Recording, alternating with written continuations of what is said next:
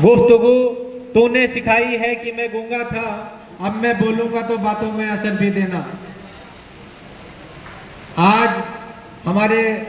Stage पर बैठे हुए हमारे मेहमान खुसूसी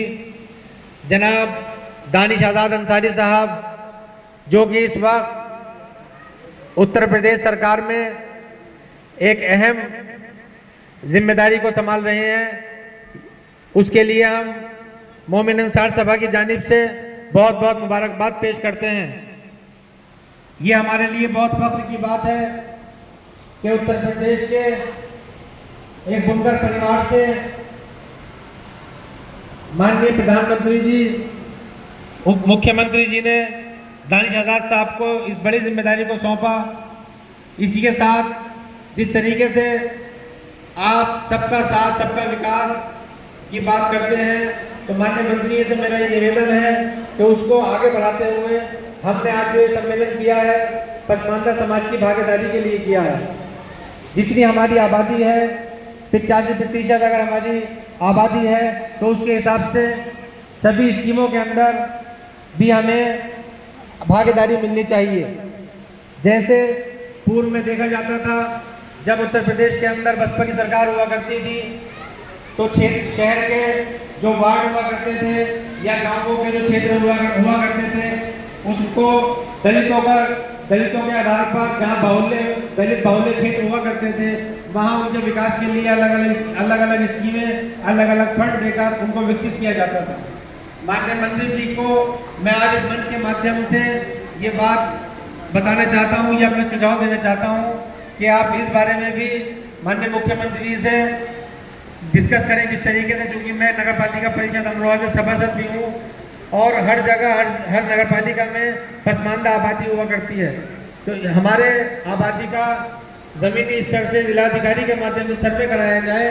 और शहर के अंदर या गांव के अंदर जहां हमारा पसमानदा समाज बाहुल्य क्षेत्र है, उनमें विकास, चाहे विकास के कार्य हो या राशन कार्डों का मामला हो, उसको भी हमारी आबादी के हिसाब से हमें देना सुनिश्चित कराया जाए। इसी तरीके से माननीय हमारे राष्ट्रीय अध्यक्ष जी ने, जो मैं अपनी बात को शॉर्ट करता हूँ, वक्त बहुत कम है, अभी राष्ट्रीय अध्यक्ष जी को भी बोलना है, हमारे मेहमान खुसूसी को भी बोलना है। हमारे अकरम अंसारी साहब ने अपने मांग पत्र में, चाहे वो 27% आरक्षण का मामला हो, बुनकरों की बिजली का मामला हो, अल्पसंख्यक विभाग द्वारा छात्रवृत्ति का मामला हो, सभी मामला रख दिए हैं। इसी के साथ मैं खास करके अमरोहा की एक जो मांग है, जो माननीय मंत्री जी अब से नहीं बल्कि अब से 10 साल पहले से मैं खुद इसी मंच के माध्यम से उठा रहा हूँ। अमरोहा के अंदर लगभग 50-52 बीघा जगह बुनकर कॉलोनी लघुउद्योग के विभाग के नाम शासन द्वारा स्वीकृत है, मगर किन्हीं कारणों से बुनकर कॉलोनी का निर्माण वहां पर अभी तक नहीं हो पाया है। वर्ष 2017 में संसद का आखिरी विधानसभा का आखिरी सत्र था, उसमें 9 करोड़ 30 लाख रुपए का बजट भी पास हुआ था, मगर उसके बाद सरकार बदल गई। सरकार बदलने के बाद उस पर काम नहीं हो पाया। आज एक उम्मीद की किरण दानिश आज़ाद साहब के रूप में हमारे बीच हमें दिख रही है और हम ये उम्मीद करते हैं कि हमारे ये बुनकरों के लिए जो हमारे रुके हुए काम है, या अमरोहा में बुनकर कॉलोनी का काम है, या हमारी उस जगह पर हम ये चाहते हैं, हम ये मांग रखते हैं कि उस जगह पर माननीय मंत्री जी किसी स्कूल कॉलेज की या शादी घर की स्थापना आपके द्वारा कराई जाए, और उम्मीद करता हूं मैं कि उसका शिलान्यास आपके हाथों से होगा इंशाअल्लाह।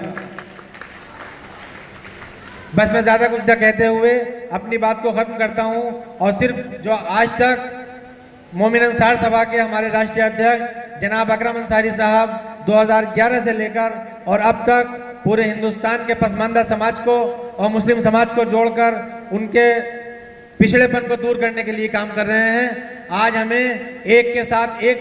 यानी कि अकरम अंसारी साहब के साथ दानिश आज़ाद अंसारी साहब भी मिले हैं, और एक 11 होते हैं, और हम उम्मीद करते हैं कि हमारी ताकत जो है वो दुगनी हो गई है, और दानिश आज़ाद अंसारी साहब और अकरम अंसारी साहब दोनों मिलकर हमारे पसमानदा समाज को बहुत ऊंचाइयों पर ले जाने का काम करेंगे। मैं अपनी बात को यहीं खत्म करते हुए अस्सलाम वालेकुम, खुदा हाफिज, जय हिंद, जय भारत।